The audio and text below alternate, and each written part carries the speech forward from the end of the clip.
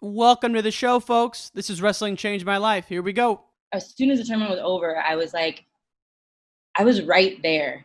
And I now understand that I have to set my life up in such a way that this is, for me anyway, it's like pretty much everything. Like I put all of my focus into it, all of my direction. We can endure anything and adapt and pivot and change. Wrestling gave us that ability. I would say nothing in life has impacted me more than the things wrestling has taught me in terms of self-reflection, resilience. Toughness. Some guys have it, some guys don't. Adversity, 100%. How to pick myself up and be a man after I failed.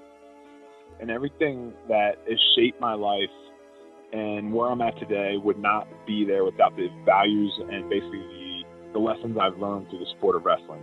For me, wrestling saved my life because it allowed me to focus and channel my energy. We're fortunate if you wrestled, because if you wrestled, natural talent helps, but it's 5% of the ingredient. It pales in comparison to heart and technique and effort. It humbled me, taught me humility. Nothing can humble you more than wrestling. I think it's the learning to adapt, right? You learn how to adapt, you learn how to solve problems. You know, if I look back at my time I spent wrestling, if it gave me one thing more than anything else, it's mental toughness. Ladies and gentlemen, welcome back to the Wrestling Changed My Life podcast. This is your host, Ryan Warner. My guest today is Victoria Anthony, two-time U.S. World Team member, two-time U.S. Open champ. She's also an entrepreneur. She's the owner of FreeFlowGusto.com. They make workout bands. This was a really fun conversation. I hope you enjoy it, folks. My fan of the week is Marcus Muchek. That's Pick It Up Marcus on Instagram. Thank you for following, my friend. Greatly appreciate the support. And folks, this episode is brought to you by a friendly reminder to rate or review the show. Give us whatever star rating you deem appropriate, but by doing so, it helps raise the profile of the podcast to others who are looking for wrestling content. That's it, folks. I've said my piece. Let's give it up for Victoria Anthony. Peace! Victoria Anthony, how are you? Welcome to the show. Thank you very much. How you doing? Doing great. A lot of places we could start, but one of the things I was most fascinated by during my research is that as a young lady on the West Coast, 6, 7 years old, you would draw yourself on the Olympic podium. Is that true? Is that true? And if so, how'd that start? I started with judo. When I was 6 years old, I would have to go watch my dad practice judo. My dad practiced a bunch of different martial arts, which I'm so grateful for because he introduced me to all of them. Like some of my earliest memories are like him taking me to the martial arts store and buying nunchucks and throwing stars, rubber ones. And so I was like, well, if I have to come watch this judo practice, I want to be in this judo practice. Especially, I just was so hyperactive, and I still am. And I was like, I want to do this. and then they actually didn't allow kids that young, but I just asked every single day until I annoyed my dad enough that he annoyed this judo sensei enough that they let me. And then from that point forward, I, just fell in love with competing and in love with the sport. And on the drawing note, I don't have that many clear memories from that age, but I do just remember really terribly drawing podiums and myself with a gi on. So that started early for you then, huh? Yeah, for sure. It did. How big was Ronda Rousey in the judo world when you were coming up? Was she massive? Massive. I mean, not in the way that she's massive in the MMA world, at least for me. I stopped doing judo though when I was 14, so I think that was before her Olympic medal. But Ronda and I grew up together, like doing judo in the same Southern California area, and judo is just such a small community. There's not that many people doing judo in the first place, which is one of the reasons I switched over to wrestling. That like my mom would drop me off at Ronda's house, and then Ronda's mom would take us up north to San Jose, where there's a judo team. So yeah, it's been awesome to watch her rise in MMA. But I would say nothing like what she's done in MMA, but amazing in judo as well. I never made the connection that you were the same age, or like, you're not? I don't know if you're the same age or not, but younger than her by I don't know how much. I don't know. She's definitely two, maybe 3 years older than me. I'm not sure. But so she was more like a peer than like someone you'd looked at way up to. I definitely looked up to her. She was like the next generation up, I would say, a little bit older, but also in a way a peer. And it would have continued like that if I continued doing judo, but I just stopped competing and switched over to wrestling. But it's so funny. She wrote about my mom in her book, which is like, I was just so happy for my mom in that case. How did your mom make a mention in there? So my mom being I don't even know how to describe my mom. She gets what she wants and she's outspoken. And Ronda's mom like couldn't come to a tournament for some reason. And so my mom was taking us both to the competition, and we get to the table where you're supposed to register. And the man looks at Ronda and looks at my mom, who's black, and he's like, we need like her mother or guardian here. You can't register her. And Ronda, I had twisted her ankle, I think, like the day before or something like that, jumping a fence. So she's like, hell yeah, like I don't have to fight this tournament. And then my mom was like, you think this isn't my daughter? You think I'm not her guardian? Like, who are you to tell me this? And like off the rip. And the guy's like, never mind, you know what? We will sign the waiver. It's fine. So yeah. You made an appearance. Now, as you were describing your dad going to all these martial arts classes in different practices, I just realized, is his last name also Anthony? It is. So it's Tony Anthony. So this is where it gets confusing. His first name is Flournoy, but it's spelled Flournoy. So it's spelled Flournoy, and nobody has seen these letters together like this, so nobody can pronounce it, nobody can say it. So people just call him Tony based on his last name. Gotcha. That's why I call him Flo, because I'm like, we're not just letting your name go. We can use this. I've never spell it one more time, his name? Flournoy. So kind of like baking flour and then Noy. Gotcha. I would have been like, got it. Okay. Cause I'm like, Tony, that's the craziest thing I've ever heard, but that makes sense. Yeah. And I'm sure you've told a million people this. How did you make the transition from judo to wrestling? Just humor us with that story. So I got injured doing judo my 8th grade year, and I broke my wrist. I was actually at the judo nationals that year, and I was throwing a girl. I'm holding her gi, and she's on my back, and then my hand slipped off her gi, and I should never post in any situation, but it just slipped, and I posted my hand. And I didn't realize until I stood back up to fight again. They like called like mate, pause, and you go back to stand to restart. And I looked at my wrist, and my sleeve dropped, and my hand was like over here, and the rest of my wrist was over here. So I was like, oh, that doesn't look right. And they're like, I don't even know what I was thinking, but I was like, no, I couldn't feel it. So I was like, no, I think I'm fine. And they're like, you're not fine. So that injury set in motion a wrist surgery, 2 knee surgeries that year, and just taking away a year from judo. But it happened to be when I was transitioning to high school. And so my parents actually suggested, they're like, you have competed all your life, like you should try to wrestle because the high school has a wrestling team. And I was like, no, that's a really bad idea. I'm not going to do that because it's social suicide. And I don't want to join the boys wrestling team, like hell no.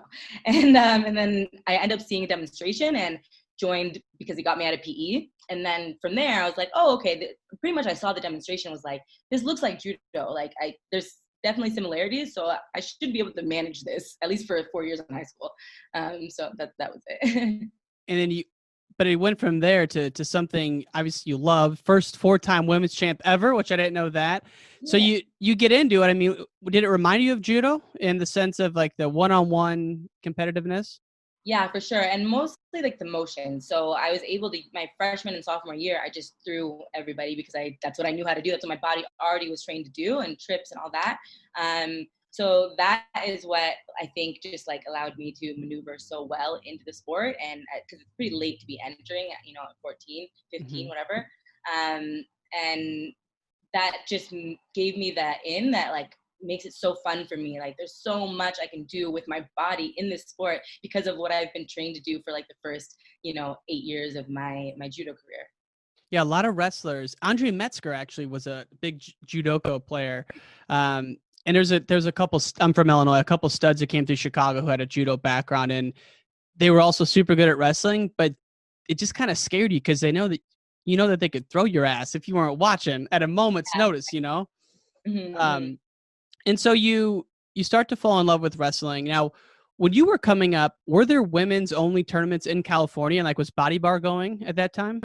Yes. So I almost think it had just been reintroduced. So there was no cadet worlds at the time, but there was Body Bar for cadets. And so I competed in that and just like, I don't know, I was cadet national champ. And then when I was 16, I made my first junior world team through the Body Bar Nationals. And then consecutively made 4 junior world teams from then. So a couple years in, making world teams. How did Yeah. Mike Jones get you to leave sunny California to go all the way up to California, Canada? He didn't. He barely responded to my emails. People are like, did they recruit you? Have you to get up to Canada? I'm like, no, I had to beg them to like, not them, but Mike in particular. He's just, he's so great. I'm so grateful for having gone up to that program. But yeah, basically my dad and I were like, okay, I want to continue wrestling in college, so we're looking at the options. And I want to say it was more my dad that was like, why don't we take a look at Canada? Because I personally was not interested in the options at the time in the US, just because they were all pretty much schools with populations smaller than my high school. And I had specific academic goals, and I had specific things I wanted out of college experience, like a big school with an international population in hopefully a city, not like a small town, because I'm coming from, I'm just a big city person. It's not, just didn't suit, you know? And yeah, so luckily Vancouver is just straight up the coast too. It's not even like I have to cross the country to get there.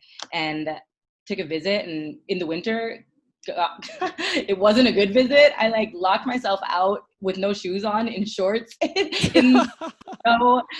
the school one of the nights, and like I don't know, the visit wasn't good in general, but I still fell in love, and I just knew it was the place I was meant to go, I think. So I was like, okay, let's do this. What's it going to take for a big school, like a Pac-12, a Big Ten school, to put a freaking women's wrestling team on the docket? When do you think it's going to come? Man, that's a great question. I think within the next 4 years. It's so hard to say. There's so much change, so many things going on. You know, who knows if there's going to be a college season this year? Yeah. There's so much changing, and I love it, because when there's change, there's opportunity. And but to put dates on things, it's really, really hard right now. Some things happen like tomorrow. Yeah. Like I'm like, what? And then things take much longer than expected. So it's hard to say. Well, the reason I bring it up is you mentioned you wanted to wrestle in college, but a lot of the schools are smaller. King out in Tennessee, I'm sure that's pretty small school. I think there was one in Oklahoma that was a power for a while. I think it was like Oklahoma City. Like, they were really good. But yeah, all smaller schools. And if you want to have that big school experience, you should be able to do that. So I often ask my friends, I go, we hear a lot of talk about it. It's all women's wrestling is exploding, which is awesome. When are we going to see like a Big Ten school just step up and throw it on the docket? I can't wait. And I do think it's definitely been being talked about at a few schools, and I'm grateful for those head coaches that are taking that initiative and starting the conversation. I don't know how far along, so I don't want to throw them out, but yeah. And then one other thing on that, I'm really proud of the girls that did what they've done at Columbia, which is really just Bree. I don't know how to say your last name, Bree. I'm sorry, Santos, I think. And it was she talked about it in the How She Wrestles campaign. If you've been, I love those. Yeah.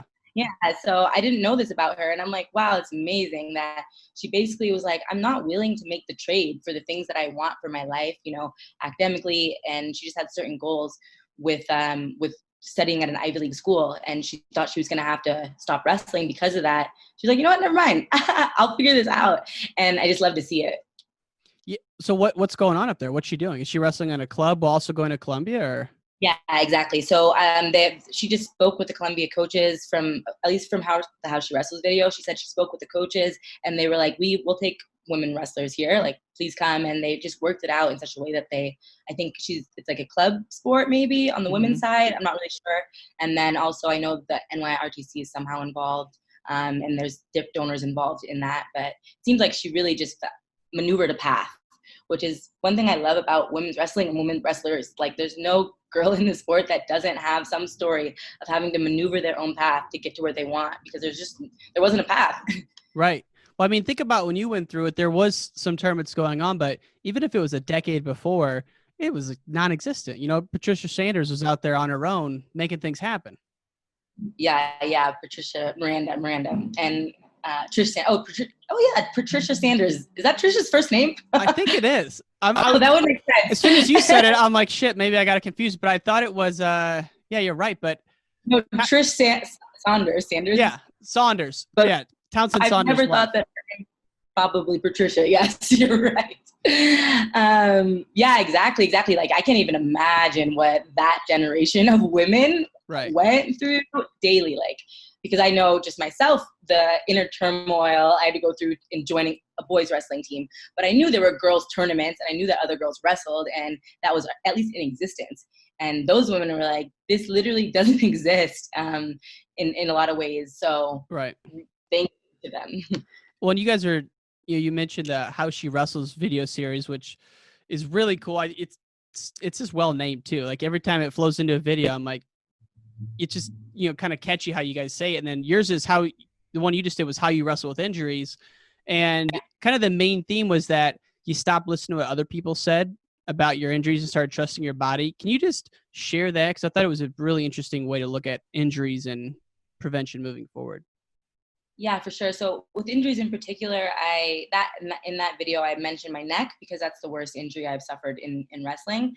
And it was when I was up at SFU, my neck, I just herniated a disc, which I think disc herniation comes over time. It's not like it was, one day it happened, but over time it got really bad to the point where I was like constantly getting stingers on my arms, just like all my fingers and arms were tingling all the time. And I was told that I wasn't going to be able to continue wrestling. And it was just like, to hear that, it was like, how did we get that far along already? What do you mean? And so I just kind of filed it away, but I never took it. I don't know. I'd never believed it. I feel like I was like, I don't know, we'll deal with that later. Let's just try to fix it for now. So I get to a point where my neck's functional, and then I was still but I wasn't wrestling. I wasn't wrestling live, and for a period, I wasn't even practicing. And so I was told, like, no, don't get your hopes up though, because you're going to have all those symptoms come back. And at that point, I was like, I don't think that has to be true.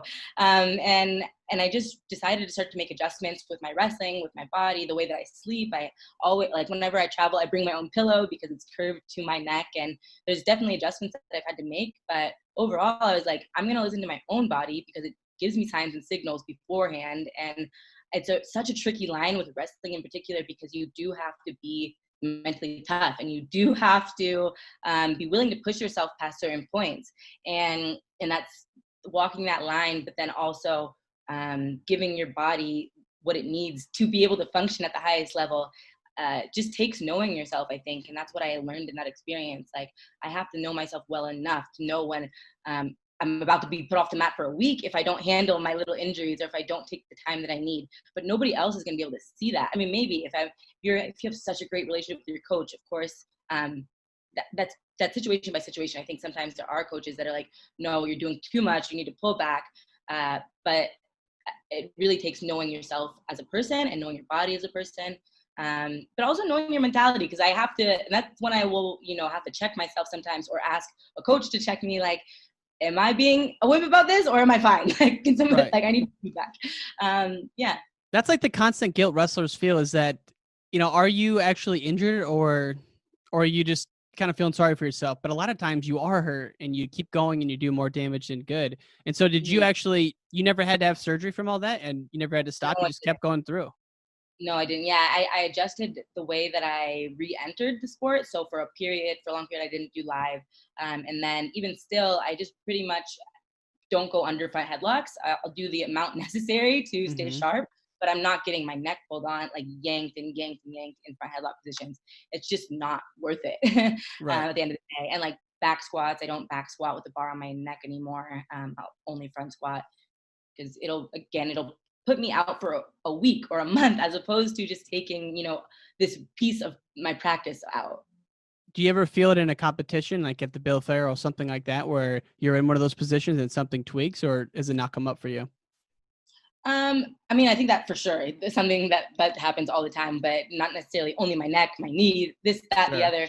You're always going to have those. And in competition, it's like, doesn't matter. Nothing matters, right? Of course. But besides winning the match, winning the position, and just dealing with those little tweaks after. And there's some matches where I can mentally note like, oh, that's where that happened. But there's so many matches where it's the next day that I'm like, what is this pain that I'm feeling? But in the match, I don't notice, or I don't remember, or I'm just focused on scoring the next point or defending that position.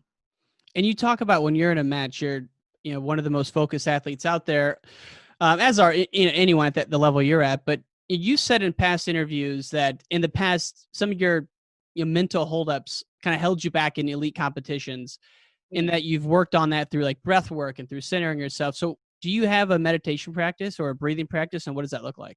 Yeah, I'm so grateful for having discovered meditation. And my current practice is 2 20-minute meditations, just repeating a mantra back to myself for that 20 minutes and just using that as my point of focus to settle my mind. And it just seems to be the most, it's the practice that I'm able to be the most consistent with. So that's the most important thing, is consistency. And for me in particular, it's just so important because I have, as would be described by psychologists, as ADHD, which I don't love like claiming that as a disorder, because in so many ways I feel it's a gift. It's just the way that my brain chemistry is set up, and it makes me who I am. But I do like the labeling, in the sense that I was able to learn so much about myself by starting to read about ADHD and starting to understand what all comes with this set of traits, and then how I can work with myself better as a person. I just wish people didn't have to take that heavy label on so young. And I actually didn't realize until I was in college that ADHD was a term. And it was because I was reading a psychology textbook for how to deal with kids with ADD or ADHD. And it was like a 20-point checklist. I'm reading it and I'm like, I have never in my life felt more understood than I do right now by this thing. What is this? And at that point, I was gonna say, you call home to your parents and you're like, what the hell? That was exactly it. I was like, Mom, have you guys heard of this? And do you think there's a chance that I have or had it or whatever? She's like, oh yeah, girl, we knew you had that, but your cousin was medicated, so we just never wanted to tell you. And like, I don't know, which I'm grateful for. Your parents sound awesome. I gotta tell you. They're awesome. They're the best. They're so good. My mom's a star. Because now it's like, a lot of elite performers are just super obsessive people, and that can take the form of ADHD, or there's certain cases where it is debilitating, obviously. But I don't know.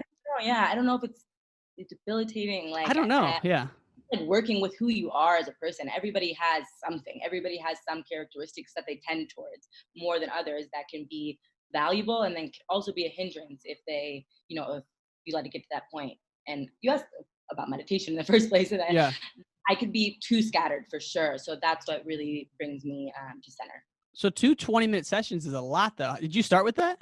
That's how scattered I can be, dog. That's a shitload. I know. No, I didn't start with that. I started with the Headspace app. Have you ever? Oh yeah, that's what I started. I do. I've been doing it for about 5 years. I started 5 minutes a morning with that, and then actually I used Calm at first, but I tried both, and I don't use either now. But I can't go a day without it. I start getting crazy. Exactly. I start getting itchy if I don't get a meditation in. What is your practice like? What's your current? So I've varied over the years. Now I'll wake up, hit some body weight exercises, stretch, and then I'll go for about 10 to 15 minutes, whatever I feel I need. I don't repeat a mantra as much as I'm more so visualizing like the main task of the day, or visualizing, whatever's, if I, you get in there, sometimes you can feel a little anxiety in the chest and you're like, what the hell is that? And about 8 minutes in, it just kind of works itself in place, and you realize that whatever you were thinking was the most important thing isn't. So I would say 80% of the time I'm not doing a mantra, but I'm just visualizing how I want this interview to go, or I'm visualizing how I want my week to go. Which that's what always aggravated me about meditation at the beginning, is that they said you had to have an empty mind. And I'm like, I can't fucking have no thoughts for 20 minutes. I don't know how it's possible. So, do you do that? Do you visualize like yours, or do you try to keep it empty mind? Yeah, I do visualize for sure. And so with that 20 minutes, sometimes I'll start and end at the mantra. Like, it just carries me through and my mind settles. But I do think there's like at least the way that I understand meditation, there's a misconception about having an empty mind and no thoughts. Like, the best analogy I've heard is like, thoughts will always be there. They're like birds chirping, but you don't hyper focus on the birds chirping constantly. You know, you go about your day, you have conversation, you do whatever you're doing at that time. So it's just like letting the thoughts be there. And then sometimes if I kind of like come back, it's almost like I feel like I dive deep to the bottom of the ocean, and then there's a process of coming back to the surface. And sometimes if I come back to the surface before the 20 minutes, then I'll at that point do what you do and like visualize my day or visualize how I want something to go, visualize a match situation, whatever that might be. Yeah, it takes a while to get into it. And then once you're down there, like you said, kind of doing some deep sea exploration, it only lasts for a certain bit of time. Then you come back up. True. Yeah. And so you do yours twice a day. Do you do it right when you wake up, or do you do anything before it when you wake up? So COVID is like shaking me all around. When I had normal scheduled practices, it was right when I woke up. And just literally in this week that we're in right now, the last few days, I started to do it right when I wake up again. But for the last few weeks, it would kind of I would fuse it into my day. But I do think it's for me the best to do as soon as I wake up, because then it can't get pushed till, the far end of the day. Do you ever journal about things that come into mind or that pop up during that? Yeah, for sure. Because sometimes it's crazy. It's like literally feels like a bubble comes to surface and just pops. And it's like, I've had that with memories, like something I haven't thought about for 8 years. And I didn't even I couldn't have had it. Yeah, exactly. So when stuff like that happens, I'll definitely just like write it down. I'm like, that's crazy. The most annoying part is that you might get it like 6 minutes in and you don't want to come out of it. But if you don't get on your phone and write it down, you forget. And it's just first world problems for sure. But no, that's true. I find though, whenever I set an intention, like in that moment, if I intend to remember it later, I just have such a better percentage chance. And so I really try to just infuse intention into everything I do, because it's like intentions are like magic to me. I'm like, just don't remember this, and not saying don't forget, say remember. And I do. So when you say intentions, you just gave an example. Like, what does that mean broadly to you though?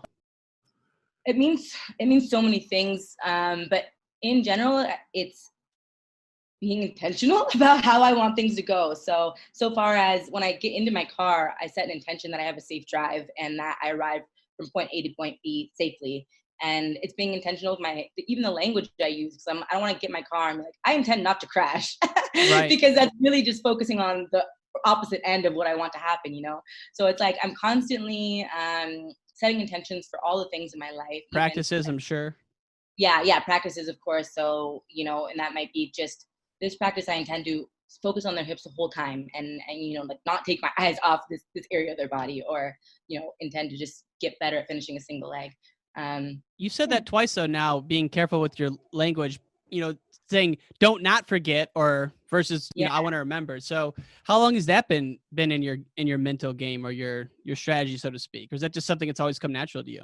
No, it definitely has not always come natural. I think over time, I've just spent a lot of time doing like self-reflection and studying certain pretty much like spiritual gurus. And that's like one thing that's always talked about is, being intentional with everything and being aware of everything and intentional with how you state things, because you're going to get a return on the thing that you say, not something else. So it's right. Like if you intend, I don't know, if you ask a realtor to show you studio apartments, they're not going to show you houses. So if you don't say it the right way, you're going to get the wrong response. And I recognize that in my own life. I'm like, oh yeah, I actually intended for this thing because of how I put it out. And so that, and then also I realized this is like, I don't know, so strange, but it was so valuable and important for me. For a long time, I always identified as like a person that's always striving. I'm always reaching. I'm always aiming at the next thing. And then one day it dawned on me, I'm like, if I'm always striving and I'm always reaching, I'm never arriving. I'm never like at the point. I'm always reaching. So I've taken second place more times than I can count. And I like, for me, it seems to have that has a connection. And just being too busy or trying to always keep going more and more versus just being present. Like literally being like identifying as a person that's always striving, like, and being in second place, you have to continue to strive because you're never right. There, you never arrive. So now I just say to myself, like, I am Olympic champion. I don't even like the word Olympic words Olympic hopeful together. I don't like the word hopeful. Like I put it in my mind as if I've done it, or as if I have it already. As in the past tense. I love that. There was just a podcast I was listening to where this guy, it's actually Hugh Jackman, he journals every morning as if the day had already happened. And then he copy and paste it and sends it to his wife to hold him accountable. Oh, that's so like, good. Jesus. I'm like, that guy's intense with it. Like, that makes he's done a lot, right? And so you've done all this to continue to hone your game. How does this kind of translate into day of competition? What is your, if there's some young wrestlers out there listening that get the pre-match nerves, or, they're a great practice wrestler, but not a great tournament wrestler. We've all heard that, right? I struggled with it for a long time. How do you kind of use the things we've been talking about on match day? And is there a certain routine you follow to get yourself kind of centered and ready to go? Yeah, match day for me is more so about all the intention I've put in up to that point. So there's so much work on the back end. I mean, obviously in the wrestling room, but also like in preparation for who I'm competing against, all that. So on the day of the tournament, I really kind of just follow my gut and my intuition and listening to my body. And if I feel like I need more rest, then I'm going to rest more, as opposed to be standing up and walking around talking to people. But that's like a moment to moment checking in with myself, more so than any set routine. And I think that is different for every person, because I think some people really tend towards routine. Like that's what's the most natural for them. And for me, that just isn't what's the most natural for me. But then I also definitely will continue. I'll do my meditations that day. Still right when I wake up, like I continue that segment of my routine, because I think it's so important for the rest of the day. And then otherwise, my coach is trying to get me to be more routine based. My coach here in Calgary is named Paul Ragusa. He's amazing. He's coached the only two female Canadian Olympic champions. And he has a system that works. And I recognize that routines and things like that, I need someone's help to hold my hand and instill these things that aren't just literally are so far away from natural to me. Right. So he does want me to have more of a routine throughout that day. So we're working on that. But like you said, though, I mean, going back to that injury, the more you know yourself, the more you can trust yourself and what you have to do. Yeah. And I think, I believe I just have a really strong intuition about, myself. And I don't know that everybody is set up the same way. I'm not sure. It's something I'm like literally figuring out right now and asking more questions about and reading about and trying to get an understanding on. But yeah. Have you ever read The 4 Agreements? I have. Yeah. So that's, when you said earlier being intentional about your words, that's something that always sticks out from that book. And I also read that one of your favorite books is by Paulo Coelho, Veronica Decides to Die. How did that? Where did you get that piece of info? I go down the rabbit hole in this stuff. Actually, there was some article out there from like 2017 that said "Day in the Life for You," and it's like it's a big pinwheel, and it has like 8 hours of the day you're sleeping. Oh yeah, I recall that. Yeah. But it said, and I love Paulo Coelho. The Alchemist is one of my favorites. But why is that your favorite book, and what have you picked up from it? So the book is about a girl that the book starts with her attempting suicide and then getting put in a mental institution, and then her navigating her way back to like wanting to live, number one, but also it's this whole narration around what even is crazy, like what's normal and what's crazy, what do these words mean, and where do we fit in as people into that scheme. And I think I just really took to the book because that's something I felt like my whole life, kind of like, wait a second, the things that seem like the things that I'm like supposed to be doing, quote unquote, or the way that this is set up for me, it doesn't seem right. It doesn't seem like the thing that I really want to be doing or feel called to do.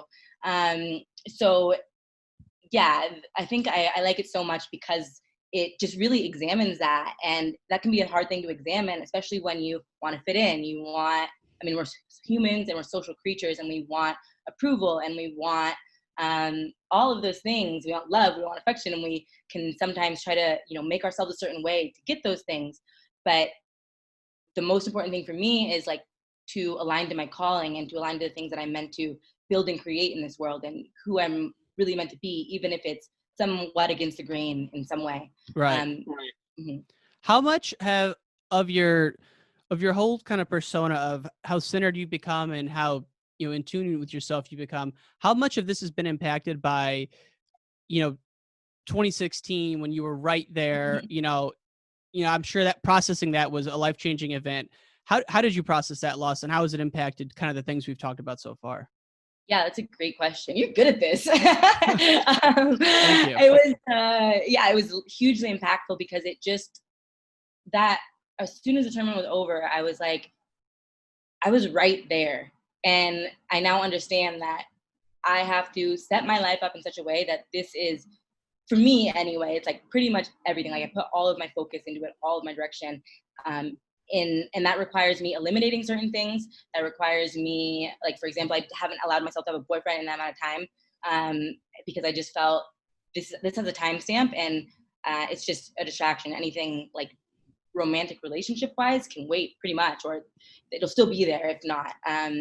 And so eliminating certain things that I found to be distracting uses of my time, and just realizing I have to know myself better and I have to understand myself better, because really when I watch those matches, it's not a performance at all. It's like an unraveling. I feel like I unraveled from match 1 through match 3.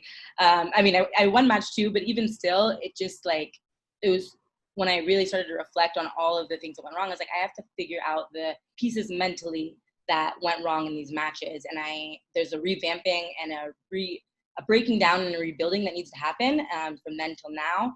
And it's been a process this whole time, and I'm still in it, of course, but it was largely dependent on those 2016 trials and understanding all of these things that need to happen in order for me to end where I intend to end. And you say you watch the match. Is that something you do still, or you just did right after to kind of see what went wrong? No, I did right after just to see what went wrong. And then I've in the years since, I've watched it a ton of times, especially in that year after. It took me a long time to release those matches, like from my, my mind, my emotions, just everything. And now it's like something almost like, I just like watching older matches to see like what did I wrestle like? Am I still wrestling like that? Right. What tendencies have I, changed, not changed, things like that. But no, I haven't watched those matches in a while. So the biggest thing for you was 100% the mental piece versus picking up a new leg lace or a new turn. Yes and no. For sure, yes, but also like there's a point in the third match where I have a lace, but it's going the opposite way from my normal lace, and it's like I just make a technical error and I didn't know that piece of wrestling, and I was like, oh shit, that's crazy that I didn't know that. That's not cool. But so it's like a technical piece, but I think it's a mental. I take that as a responsibility on my end of having not examined. Sorry, the door just flew open. That scared the shit out of me. That was so scary. Of not. Oh my God, I'm sweating. I'm gonna close it. That's so strange. Do you have the whole year of calendars on the wall right there? Is that how you plan things out? Yeah, I have a full year, 12 months. I was with Tom Ryan, and he had on his desk, this was like months ago, but interviewing him, he had a desk full of calendars like that 5 years in the past, just stacked on top like that. So you're in the past. Well, like every year, like he had 2019, 2018, 2017. He just kept them there, but literally almost exactly have it, but just laid out on his desk. That's you're in good company there. I didn't know. That's interesting that he keeps them from in the other direction. I think though. more so just to look back. Hey, what did we do on practice 3 years ago at this time? Where was the team at this time versus last year? But I just remember him having that, and I noticed you have it. But you mentioned, what were we just talking about before the door flew open? I do know what I was gonna finish saying. Is like I realized it was a technical component that I was missing, but that's because I didn't put enough into knowing every crevice of wrestling. Like I should have known that. And so in that way, it's like a responsibility. I don't know if it's mental or what to call that, but yeah. And now you're up in Canada. You mentioned you're with Coach Ragoso now. Is Carol and Erica still working out, or have they moved on? No, they're here. I mean, Erica's training for 2020. She made their Olympic team in December and qualified at the Pan Ams. So And then Carol is here as well. She's still just as fast, just as technical, and I'm so lucky. It's unbelievable. Is there another gym in the country? Well, not that you're in the United States, but in North America where, you're going to be able to train with 2 Olympic champs who are women? There are not. And it's funny because we were talking about intentions before, and I wrote out this plan, a really long, really detailed plan of everything that I feel I need to change and needs to happen in my wrestling, in my mentality, sports nutrition, literally everything. And one of the things I intended for, it was before I even recognized Calgary as a place that I might be able to train, is that I need to get around more people that have done what I want to do, just because like I said, I've taken second a lot, and I just need to be around more people that have taken first more. Just personally, it's what I just felt intuitively like that would be valuable, that would be helpful for me, because I'm missing something. I just have to be honest with myself. Something is off that I'm missing, and if I think modeling people, not copying people, but understanding, just a model of something to work off really could be valuable. And then all things aligned that I end up here, a place with 2 Olympic champions, and that doesn't exist anywhere else. It's crazy. Isn't that freaking insane? When did you write that letter to yourself? That's a great question. I think in 2017, maybe. I think maybe in 2017. Yeah, 2017, I think. And so that was just kind of a mixture of all the things we're talking about, or is there? What else? I'm just curious. What else was on there that things you noticed you needed to change? Yeah, it's so detailed. It's like a 10-page document. It's so long, but I've updated it as okay, this is like my 6-month update of and how have these things changed that I've intended for.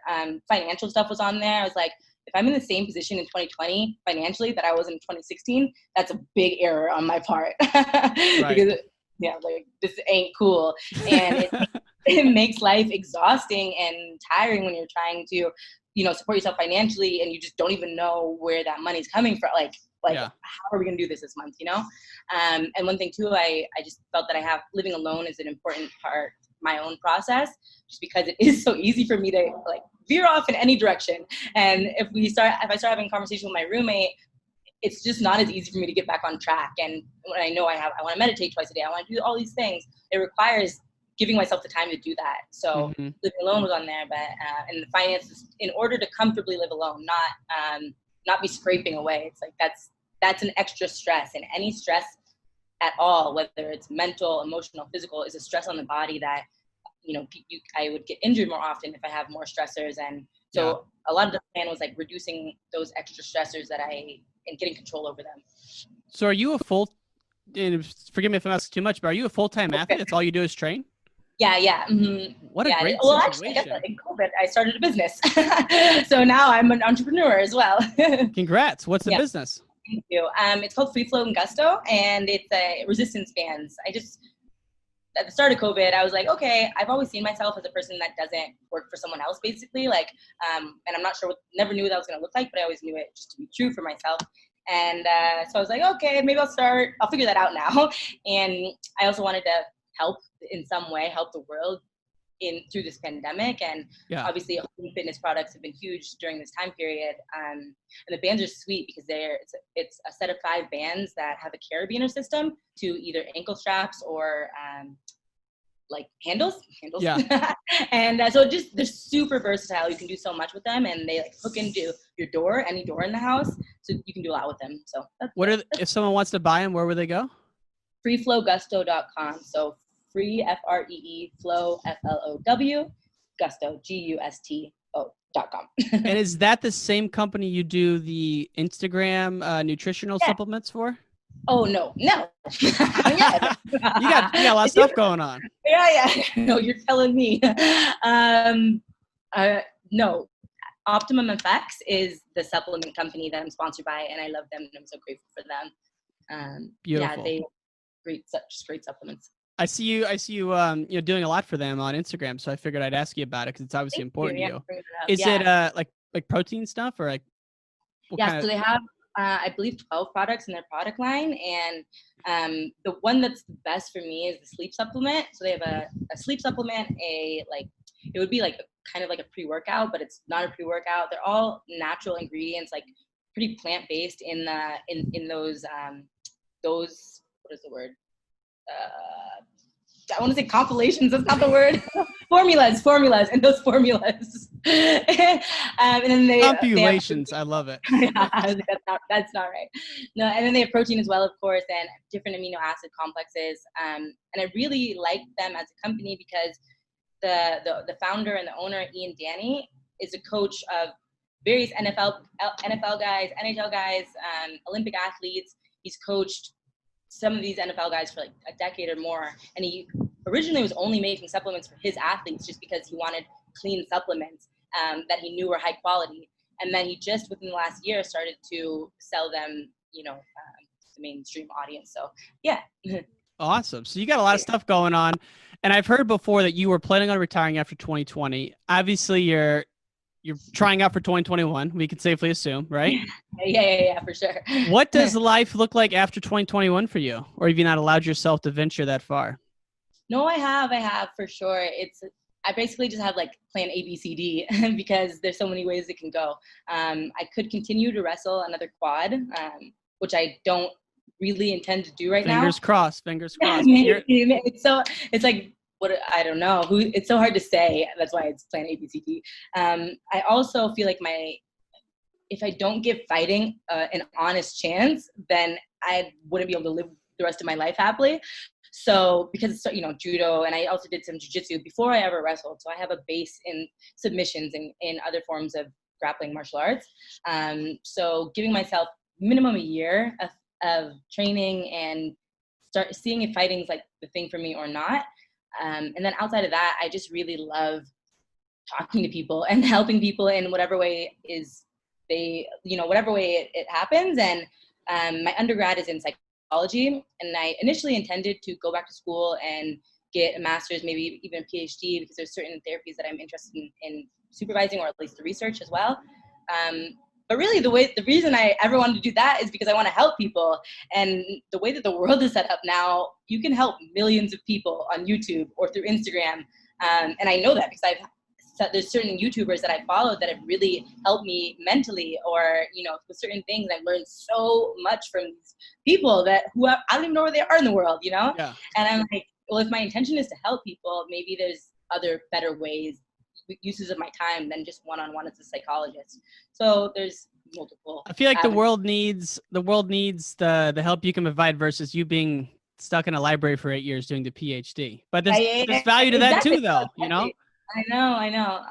Yeah, exactly. So that's what I kind of go back and forth with. And the MMA is exciting. So there's a pretty good shot of that, especially since you're familiar with the gi. And not that fighting has gi, but training jiu-jitsu and you're going to be exposed to it. Usually the last thing we ask folks, Victoria, is how did wrestling change your life? And I don't know why I always say we. It's just me here. But there's no one behind the banner here. No one else is here. I always say that though. But I usually ask, how did wrestling change your life? Hence the name of the show.